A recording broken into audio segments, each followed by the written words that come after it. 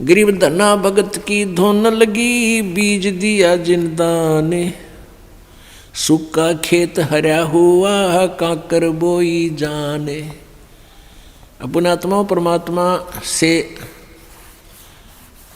जो अनहोनी होती है और हुई है, अब भी हो रही है, ये उन्हीं को होती हैं जो सत भक्ति करते हैं, परम संत की शरण में रहते हैं और सच्ची लगन से साधना करते हैं। और पूर्ण परमात्मा कबीर देव ही सबकी, जैसी कोई भक्ति साधना कर रहा है उसकी लाज वही रखता है। गीता जी अध्याय नंबर 15 के श्लोक नंबर 16-17 में बताया है कि क्षर पुरुष और अक्षर पुरुष ये दो प्रकार के प्रभु हैं, ये नाशवान हैं दोनों के दोनों, और इनके अक्षेत्र में, इनके राज लोक में जितने भी प्राणी हैं वो भी नाशवान हैं, जीव आत्मा सबकी अमर है। फिर 17वें श्लोक में बताया है 15वें अध्याय के गीता जी में कि उत्तम पुरुष तु अन्य परमात्मा इति उदाहरते। यह लोक तरम आविश्य विभर्ति अवय ईश्वर है। वो श्रेष्ठ परमात्मा वास्तव में भगवान जो है वो तो इन दोनों से और है, सरपुरुष और अक्षर पुरुष से, और वही तीनों लोकों में प्रवेश करके सबका धारण पोषण करता है, यानी उसी से सब कुछ होता है, वही सब कुछ है। जैसे पौधे को, पेड़ को जड़ से, मूल से आहार प्राप्त होता है, उसमें जो भी फिर आगे विकास हो रहा है वो आहार से ही हो रहा है। भाई इतना ही समझना काफ़ी है बुद्धिमान के लिए। तो कबीर परमेश्वर से ही सबको पावर शक्ति, जैसी कोई साधना किसी प्रकार की कर रहा है, उस परमेश्वर से ही उसका वो शक्ति मिल रही है और वो उसी प्रकार की प्रोग्रेस उसकी हो रही है। तो धन्ना भक्त ये किसान था, जाट जाति में था, राजस्थान के अंदर। ये बहुत ही श्रद्धालु भक्त था, परमात्मा में इतनी आस्था थी, दया, बहुत दया थी, धार्मिकता उनके अंदर बहुत ज़्यादा थी। उसकी धर्मपत्नी बहुत ही नास्तिक टाइप थी, वो भगत जी को काफ़ी बाधा पैदा करती थी भक्ति मार्ग में। फिर भी भक्त अपनी श्रद्धा और स्वभाव से कभी विचलित नहीं होता था, क्योंकि राजस्थान के अंदर बहुत पहले की बातें हैं, 400 वर्ष पहले, तो वर्षा हो जाती थी तो अन्न होता था, ज्वार बाजरे बोआ करते थे, अन्यथा बहुत ही भूखमरी होती थी, गरीबी बहुत थी, निर्धनता बहुत थी। एक बार वर्षा हुई और धन्ना भगत की बीज बोने के लिए, ज्वार बोने के लिए चल पड़ा। रास्ते में 4 संत भगत आ गए और भगत को देख करके भगत प्रणाम करते हैं, गदगद होते हैं, बैल खड़े कर लिए, वो जो ऊँट था वो खड़ा कर लिया और हाथ जोड़ कर प्रणाम किया, नमस्कार हो संतों को, राम राम कही और कुशल मंगल पूछा भगत ने। तो उन भक्तों ने बताया कि कुशल काहे की है भगत, 4 दिन हो गए रोटी नहीं खा ली, 3-4 दिन हो गए कोई अन्न नहीं मिला, हम ऐसे तीर्थ यात्रा पर जा रहे हैं। अब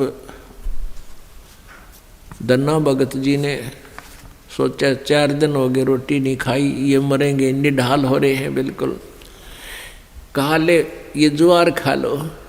ज्वार थी, बीज बोन गया था, वह ज्वार रखती, भूखे मरे थे, मार गए गले, फटाफट खा गए सारी ने।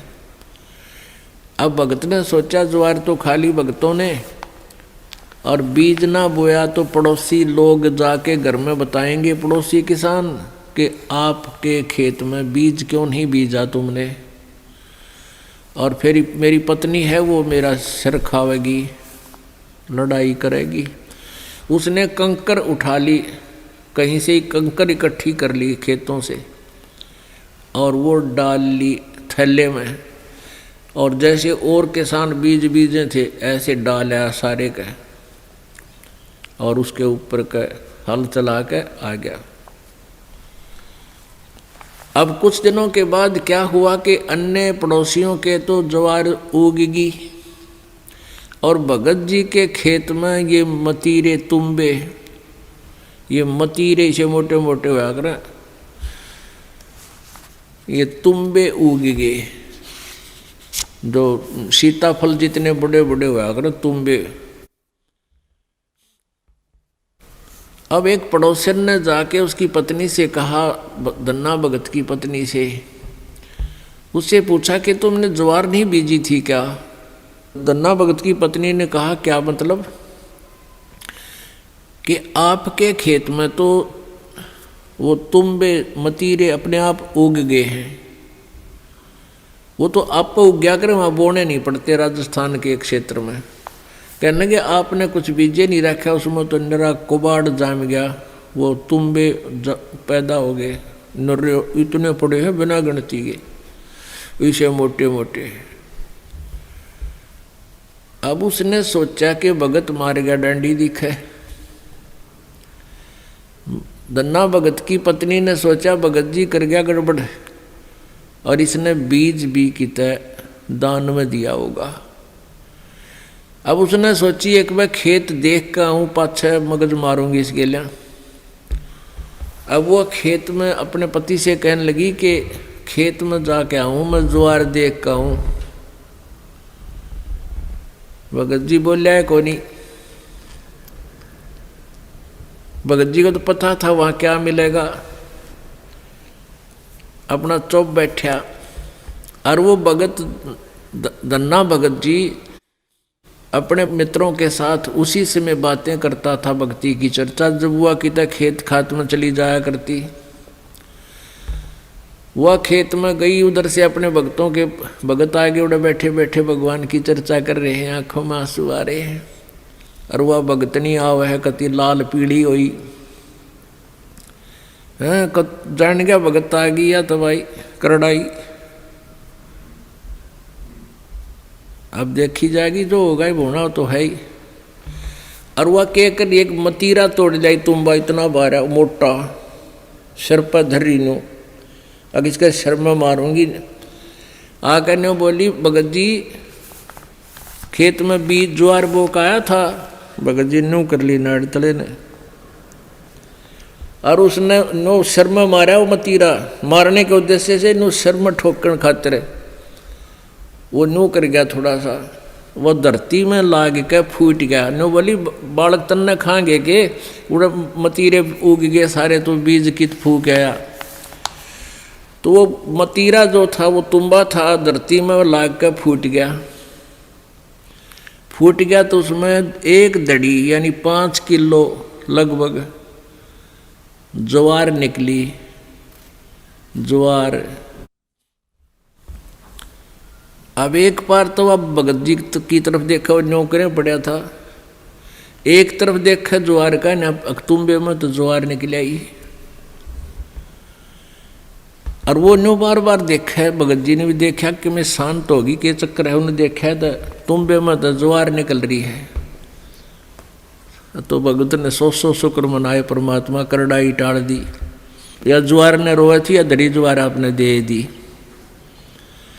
इतने में फिर अब उसके मन में न्यू आई कि कदे और भी तुम भी हम ज्वार पाओगी। फिर तो ले कर चद्दर और ले कर मोगरा डंडा बांध ली, वहाँ बिछा ली चद्दर और मतीरा धरा, डंडा मारा, न उठा के फेंक दे, परल दे ही ज्वार निकला। ढेर लग गया उस ज्वार का। और औरा कहते हुआ इतनी खड़ी थी सुक्की, और वर्षा हुई नहीं, उनकी खत्म होगी गांव वालों की। और भगत के उस खेत में तुम्बे में तो ज्वार निकला, दुनिया देखना हुए। युवा भगतनी एक गठड़ी और ठा के चाल पड़े। जब वह 3-4 गठड़ ले आई, 3-4 अपना जितनी उस खेत में होनी थी, उगनी थी, यानी जिसमें निपज होनी थी उपज, उतनी ज्वार जब आ ली, भगत जी ने बोले वो और मत लाइए, अपनी आ चुकी है। और इसको बांट दे सारे गांव में, सबके बालक भूखे हैं। ने बोली क्यों, मैं सारी ले आऊँगी। वह ले आई ठाठा गए, फिर जो भी गिठड़ी ले आए वहाँ तक ताबा बोझ मरती, वहाँ खोल ला उसके वो बूमड़ा हो जाए, उसके फूल वो बन जाए छिलका, ज्वार ना रहे। वह एक दो गिठड़ी तो ले आई, फिर बैठ गई, अगियो अच्छा चाड़ा हुआ। तब धन्ना भक्त ने कहा भाई बाकी की ज्वार भगवान ने आप सबके लिए दी है और अपने हिसाब की ले जियो जिसने जितनी चाहिए और सबको बांट दे। तो परमात्मा कहते हैं ये मालिक ऐसे ही किया करता है तो हम सच्ची लगन लगावें। परसों एक बहन आई रेवाड़ी साइड की, वह 10-8-9 वर्ष से नाम ले रही थी। उसका पति नाम नहीं ले हुआ था, वो गुटी छुट्टी लावा था। फिर उसने वो तकलीफ होगी, कोई बीमार सिमार हो गया, उसने भी नाम ले लिया। वो नाम लेकर गए थे, वो अकेला वो ले गया था, वह पत्नी उसको दिलाकर नाम लेकर गई थी। वो पहले से लिए हुई थी नाम उसकी पत्नी। वो ना माना करता पहले बिल्कुल भी, वो बीमार सिमार सा हो गया, फिर नाम ले लिया। उसके पति ने 1700 रुपये रखे थे, गरीब सा काम, बिल्कुल निर्धन से है। और 15 नोट थे 10-10 के 150 रुपये उन 1700 में। तो उसकी पत्नी को कुछ पैसों की आवश्यकता थी, भगत ने कहा कि वहाँ से उठा ले, 1700 रुपये रखे हैं।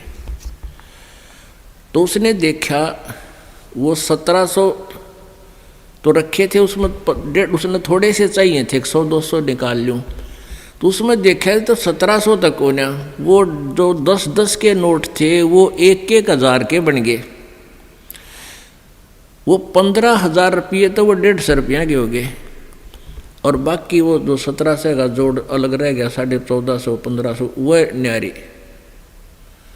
तो वह कहने लगी भगत ने, अकाइयत ने के दिखाऊं, क्या अब देख के कर दिया परमात्मा ने, हमारे गुरुदेव ने, कबीर परमेश्वर ने के कर दिया कि ये तो घने रुपये हो गए, 15,000 हो गए, ये तू 150 बताओ था तो 1500 है बोला। वो कहने लगा मारे 15,000 तो मैंने देखे को नहीं है, कई साल हो गए, 15,000 कितना है गया, देख ले के हो गया यूँ। तो भगत ने कहा है कि तुम्हें घने दिन पहले की नाम ले रही है, गुरुजी ने के बारे में आप ही ज़्यादा जानते हो, मन तैयबा नाम लिया है, ये के कर दिया हमारे घर पे, यानी तू ही ज़्यादा जान सकती है आपके भगवान के बारे में। तो पुण्यात्मा हुआ बेबे, फिर यहाँ पैसे लेकर आई, पाठ करवाया। ने बोले जी ये वो नोट कति नए कति जानो ये गड्डी में काट के लाए, ऐसे 5 नोट उस बहन ने दिए यहाँ पर। तो पुण्यात्माओं पहले तो एक उदाहरण धन्ना भगत जी का आज तक गुणगान किया जाता है, और यहाँ परमेश्वर कबीर जी की कृपा से, उस परम पिता परम अक्षर ब्रह्म की रजा से, या गिनती नहीं इसे चमत्कारों की।